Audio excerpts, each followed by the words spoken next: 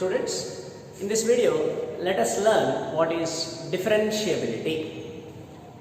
Differentiability, we have already studied limits and derivatives in our first PUC classes. Okay, so let us see what are the things that we have already learned in our first PUC about derivatives. Let f of x be any function. Let C be a point in its domain. Then the limit h tends to 0, f of c plus h minus f of c divided by h. Limit h tends to 0, f of c plus h minus f of c divided by h. If this limit exists, then we say that we call this as the derivative of f of x at c. In other words, we denote it by f dash of c. F of x, let f of x be any real valued function, c be a point in its domain, then the limit as h tends to 0, f of c plus h minus f of c divided by h. This limit is called the derivative of f at c, which is denoted by f dash of c, or you can also call it as d by dx of f of x at x equal to c. d by dx of f of x at x equal to c. Then further, the function limit h tends to 0, f of x plus h minus f of x divided by h. This limit, if this exists, then we call this as the derivative of f. Derivative of f, which is denoted by f dash of x. In that, if I put x equal to c, this is what I am going to get. Limit h tends to 0, f of c plus h minus f of c divided by h. This gives the derivative of the function f of x at x equal to c. This will give us the derivative of f of x at any point. You put different values for x, you will get the derivative of f at each of those points. Okay? Then, now what does differentiability mean? Here, while defining the derivative of f at x equal to c, or in general while defining the derivative, I use the word if the limit exists, provided the limit exists. Those are the words that I used. That is, if this limit exists, then we say that it is the derivative of f of x at x equal to c. If this limit exists, then we say that it is the derivative of f of x. Okay. So differentiability means a function f of x, let c be a point in its domain, then we say that f of x is differentiable at x equal to c if this limit exists. In other words, if f of x has a derivative at x equal to c, then we say that f of x is differentiable at x equal to c. Okay? So, if the derivative for any function at any point in the domain, if the derivative exists, then we say that the function is differentiable at that particular point. And if the derivative does not exist, derivative does not exist means this limit does not exist. If this limit does not exist, then we say that the function is not differentiable at that particular point. Okay? So, when we say this limit does not exist, when it does not exist, when we say that a limit does not exist, let us go back to the definition of limit. If when x approaches c from left side or from right side, if f of x is approaching the same quantity, whether x approaching c from left side or from right side, if f of x approaches the same quantity, then we say that limit exists. So, in other words, if left hand limit is equal to right hand limit, then we say that limit exists. In case of continuity, if left hand limit exists, right hand limit exists, they should be equal, and that should be equal to the functional value also, then we say that it is continuous. Okay. Now coming back to this, I said if this limit exists, then we call this function f of x, we say that f of x is differentiable at x equal to c. So differentiable means this limit exists. This limit exists means left hand limit exists as well as right hand limit exists. What is left hand limit? Limit h tends to 0 minus f of x minus f of c plus h minus f of c divided by h. If this limit, this is called the left hand limit, if this limit exists and if this limit also exists, limit h tends to 0 plus f of c plus h minus f of c divided by h. If this limit also exists and if they are equal, then we say that the function is differentiable at c. And this is called the left hand derivative and it is called the right hand derivative. So for a function to be differentiable at a point, left hand derivative must exist, right hand derivative must exist, and those two should be equal. Left hand derivative is equal to right hand derivative, then we say that the function is differentiable at that point. Did you understand? Okay. Now let us see some examples to check the differentiability of a function at a particular point.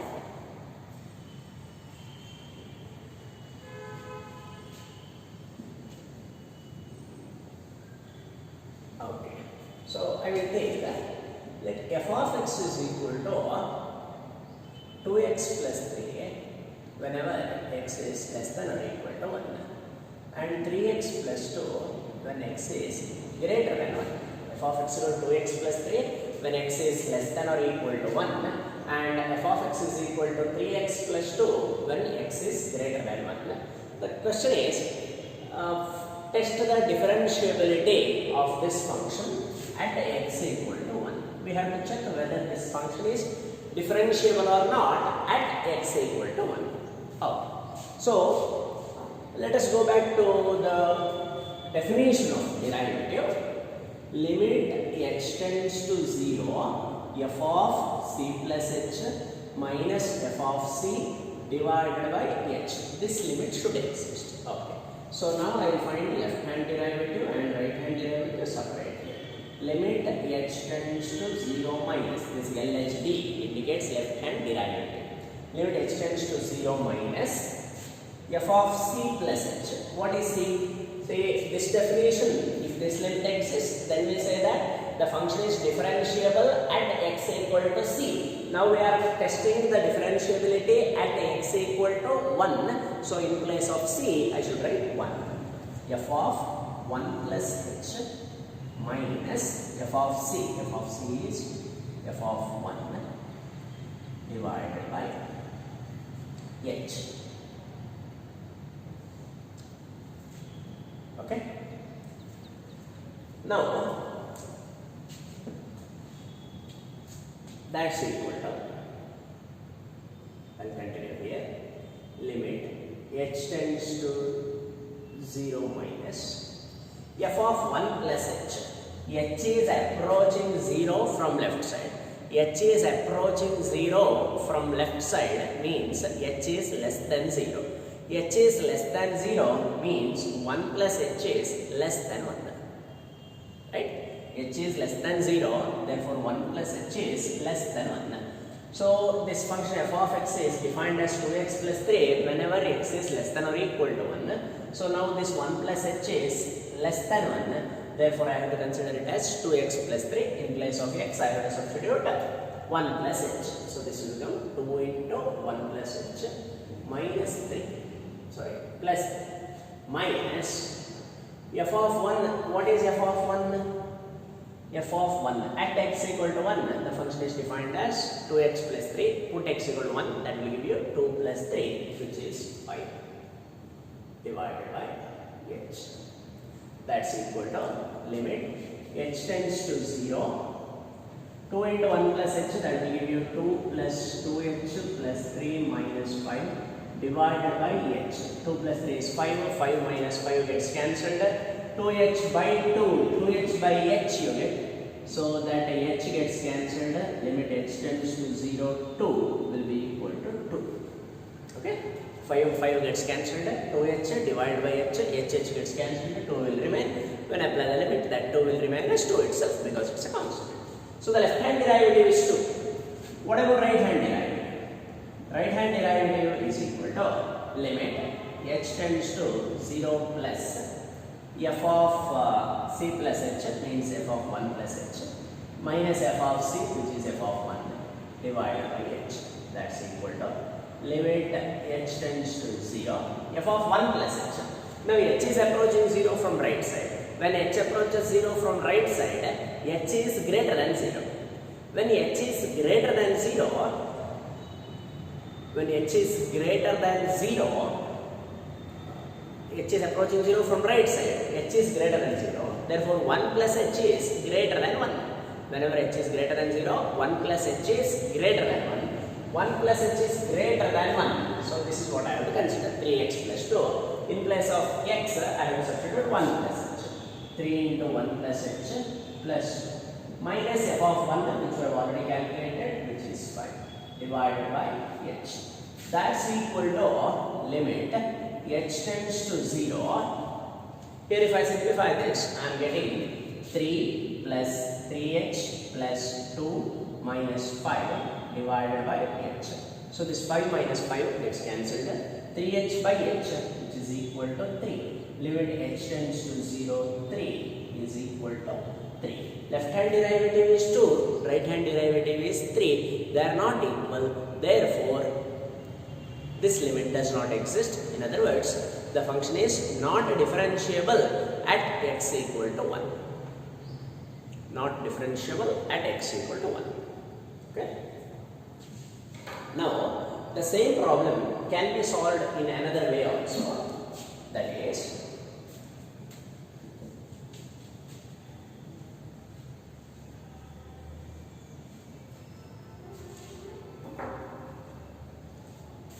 see here, instead of c plus h, see in general limit h tends to 0, f of c plus h minus f of c divided by h.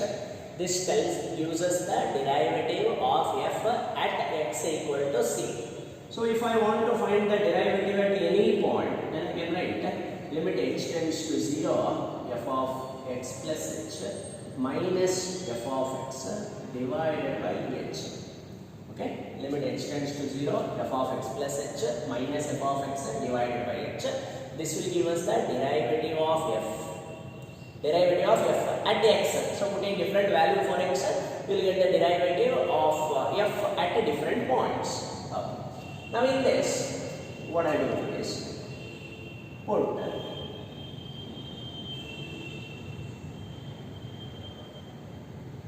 x plus h is equal to c. Put x plus h is equal to c. Okay. Now, as h tends to 0, what happens? H tends to c. So this limit will become limit x tends to c f of c minus f of x divided by h. H can be written as, from this equation, x plus h is equal to c, therefore h is equal to c minus x. Limit x tends to c, f of c minus f of x divided by c minus x. Or I can also write this as limit x tends to c, f of x minus f of c divided by x minus. I have taken minus as a common factor in both numerator and denominator and cancelled it. This is what we have got. Limit x tends to c, f of x minus f of c divided by x minus c.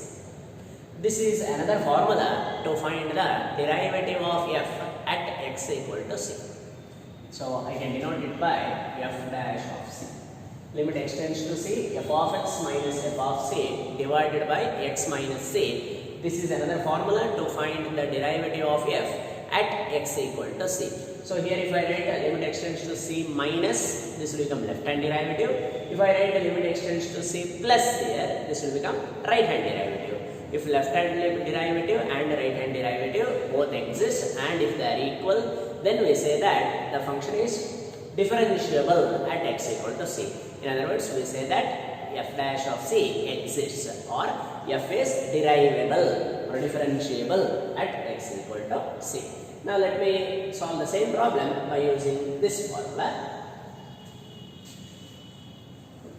Okay, so we want to test the differentiability at x equal to 1. So in place of c, I should substitute 1.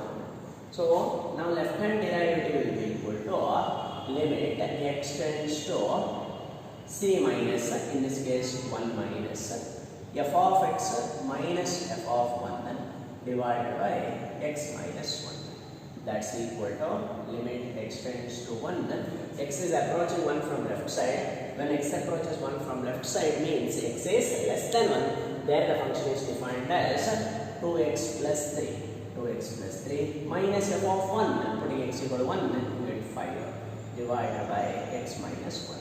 That's equal to limit x tends to 1. 2x plus 3 minus 5. 3 minus 5 will give you minus 2. So you have 2x minus 2. I'll write that as 2 into x minus 1. 2x minus 2, I have taken 2 as a common factor. So it will become 2 into x minus 1. So x minus 1 gets cancelled. That will give you 2. Limit x tends to 1, 2 is equal to 2. So the left hand derivative is 2. Right hand derivative is equal to limit x tends to 2 plus f of x minus f of c divided by, what is c here? Sorry, it's not 2 plus, it is 1 plus. In place of c, I have 1 here, f of x minus f of 1 divided by x minus 1. That's equal to limit x tends to 1. X is approaching 1 from right side. When x approaches 1 from right side, x is greater than 1. Then the function is defined as 3x plus 2 minus f of 1. F of 1 is 5 divided by x minus 1. That's equal to limit x tends to 1. 3x plus 2 minus 5. That is 3x minus 3 divided by x minus 1. 3x minus 3 I have. I can write that as 3 into x minus 1. I have taken 3 as a common factor there. So 3 into x minus 1 divided by x minus 1. That x minus 1 gets cancelled. So we have limit x tends to 1, 3 is equal to 3. Left hand derivative is 2, right hand derivative is 3. Hence, the function is not differentiable at x equal to 1. Is it clear? Okay. So let us look at one more example before we go further.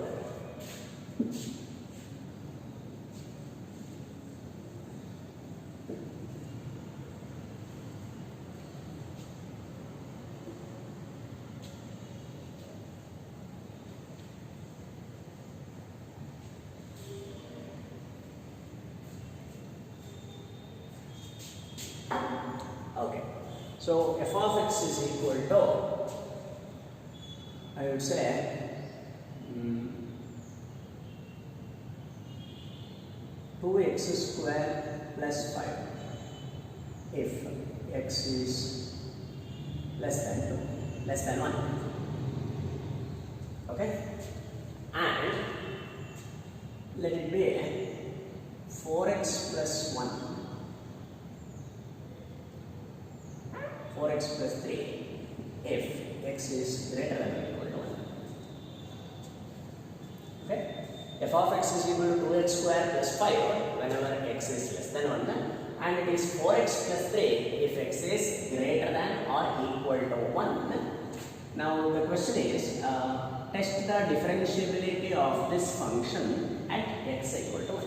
At x equal to 1, we want to check whether this function is differentiable or not. So now let us go for the left hand derivative. Left hand derivative is equal to limit x tends to 1 minus f of x minus f of 1 divided by x minus 1. That's equal to limit x tends to 1 minus, means x is approaching 1 from left side. Whenever x is approaching 1 from left side, the function is defined as 2x square plus 5. 2x square plus 5 minus f of 1 at x equal to 1, the function is defined as 4x plus 3. Putting x equal to 1 will give you 7 divided by x minus That's equal to limit x tends to 1, 2x square plus 5 minus 7, that will give you 2x square minus 2 divided by x minus 1. I will take 2 as a common factor there. This is equal to limit x tends to 1, 2 into x square minus 1 divided by x minus 1.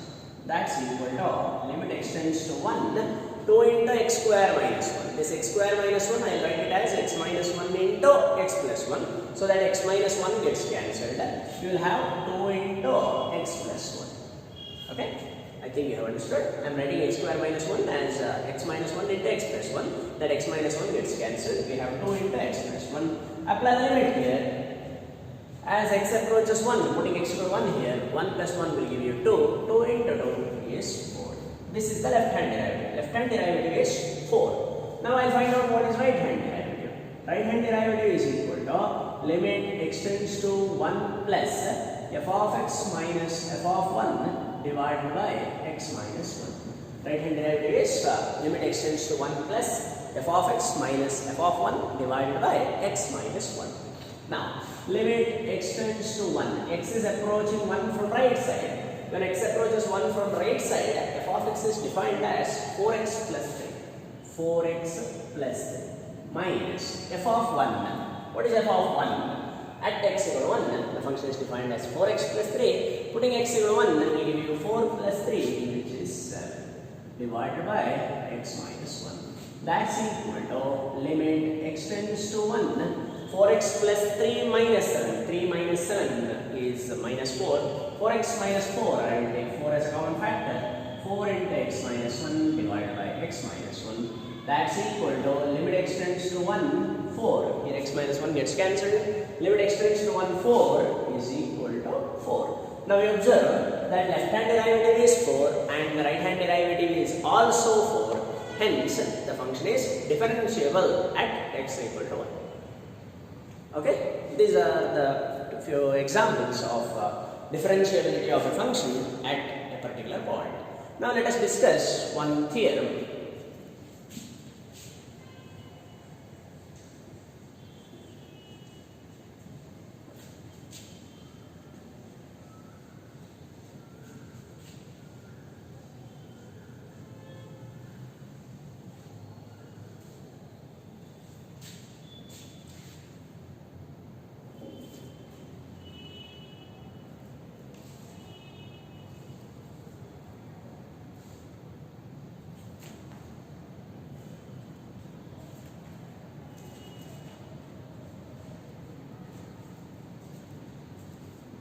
Okay, theorem.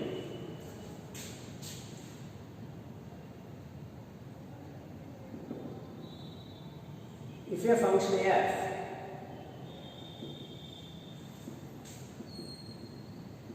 is differentiable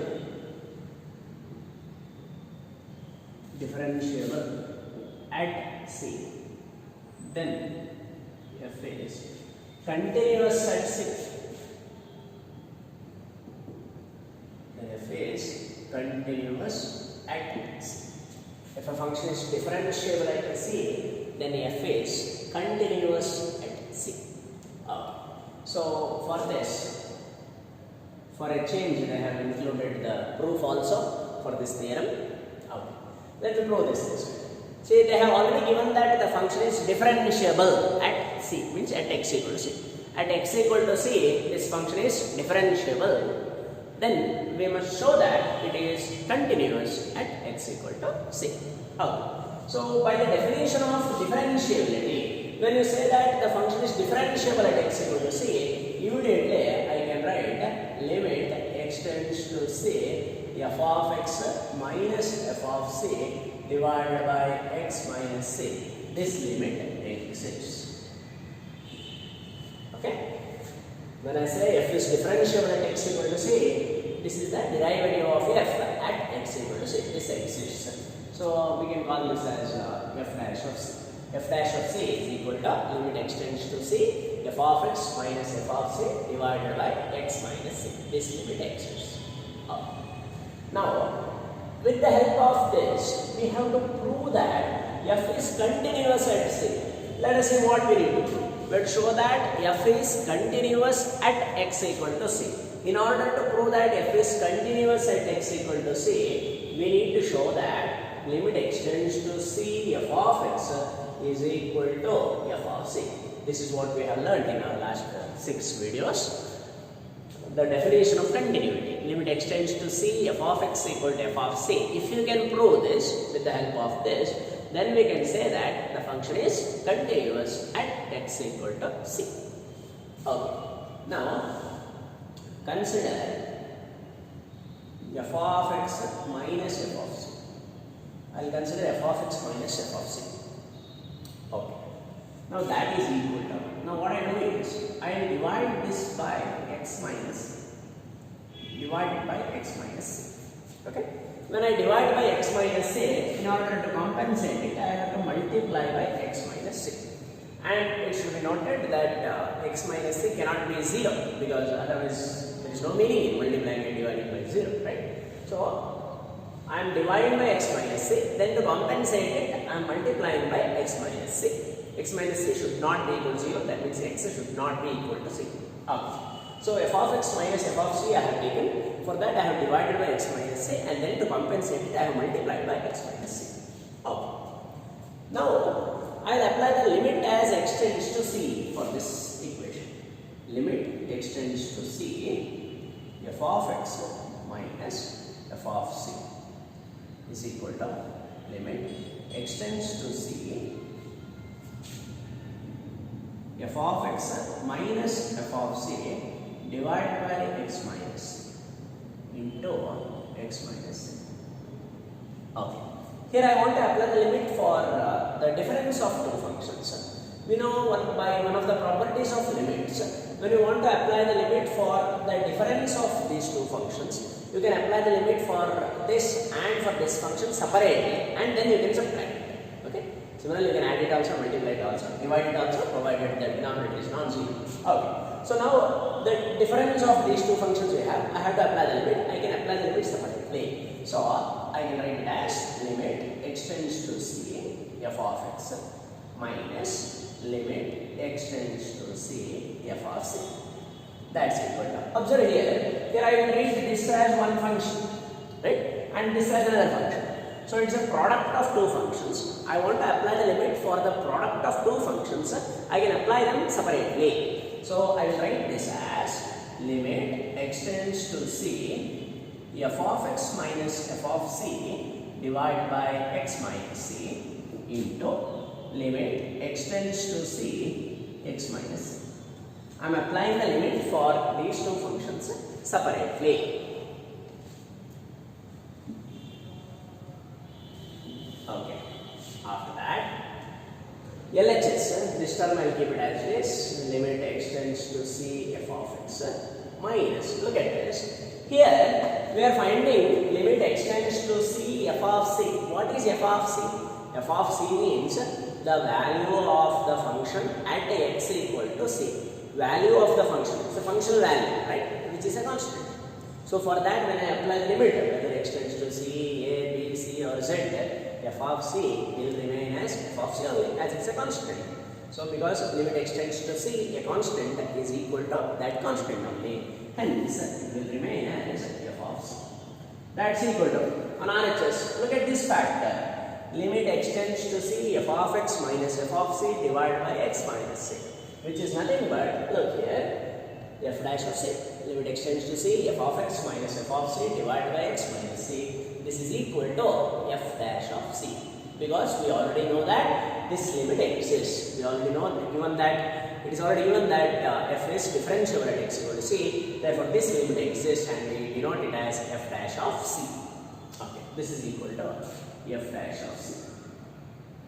Okay, into limit extends to c x minus c. As x approaches c, what will happen to x minus c? Apply the limit, you get c minus c, which is 0. F dash of c into 0. So, limit extends to c f of x minus f of c is equal to f dash of c into 0. So, that is equal to 0. Take this f of c to RHS. Limit extends to c f of x is equal to f of taking this to RHS. Limit extends to C, f of x is equal to f of C. What does this say? Yes, you're right. This says that f of x is continuous at x equal to C. F of x is continuous at x equal to C. So, from this we can conclude that if f is differentiable at C, then f is continuous at C. Okay.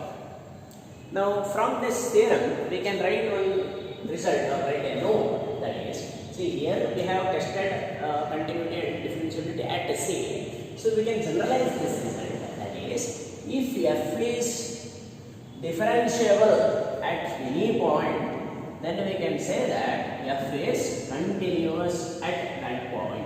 In other words, every differentiable function is continuous. Okay. Please note this as write down this as a note. Note: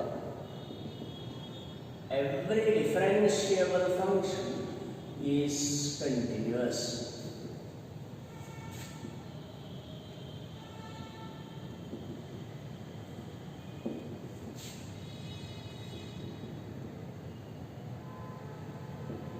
Every differentiable function is continuous. Remember this as a standard result. Okay. Now let us say what is the converse of this theorem. Converse of this theorem is every continuous function is differentiable. Is it true? No. The answer is no. Every differentiable function, every continuous function need not be differentiable. Every differentiable function is continuous, but every continuous function need not be differentiable, which means it may be differentiable, may not be differentiable. I'll give you one example. Let us take a very well-known example. F of x is equal to mod x. We have seen this example on many occasions, on n number of times. F of x is mod x at x equal to 0, I will take. At x equal to 0, we know, we have heard enough of continuity by now to know that f of x mod x is continuous at x equal to 0. Not just at x equal to 0, it is continuous everywhere, which is a well-known fact. I am not going to explain much on that again. Okay. So, mod x is continuous at x equal to 0. Now, I would like to test the differentiability of this function at x equal to 0. Differentiability. So, as soon as I say differentiability, I need to find out left hand derivative and right hand derivative and check whether they are equal or not. Okay. Left hand derivative means limit extends to 0 minus f of x minus f of c is 0 in this case, divided by x minus. That's equal to limit extends to 0 minus f of x is mod x minus f of 0 is mod 0, which is equal to 0, divided by x minus 0, that's it. Now x is approaching 0 from left side. When x approaches 0 from left side, mod x, which is defined as minus x. X is approaching 0 from left side means x is less than 0. Whenever x is less than 0, mod x is defined as minus x. Minus x divided by x, this is equal to minus 1. X gets cancelled. Limit x tends to 0 minus 1 is equal to minus 1. So left hand derivative is minus 1. Now let us discuss right hand derivative. That is limit x tends to 0 plus f of x minus f of 0 divided by x minus 0. That's equal to limit x tends to 0 plus f of x is mod x minus f of 0 is mod 0 divided by x minus 0. That will give you x. X is approaching 0 from right side means x is greater than 0. Whenever x is greater than 0, mod x is defined as plus x. This is 0 divided by x. This is equal to 1. Observe, left hand derivative is minus 1, the right hand derivative is plus 1. Therefore, we can come to a conclusion that f is not differentiable at x equal to 0. Although f is continuous at x equal to 0, but it is not differentiable at x equal to 0. Therefore, we cannot say that every continuous function is differentiable, which is not true. Okay, every differentiable function is continuous, but the converse need not be true. In other words, every continuous function need not be differentiable. This is the best example for it. Okay, with this I will stop today's class. We will continue tomorrow. Thank you.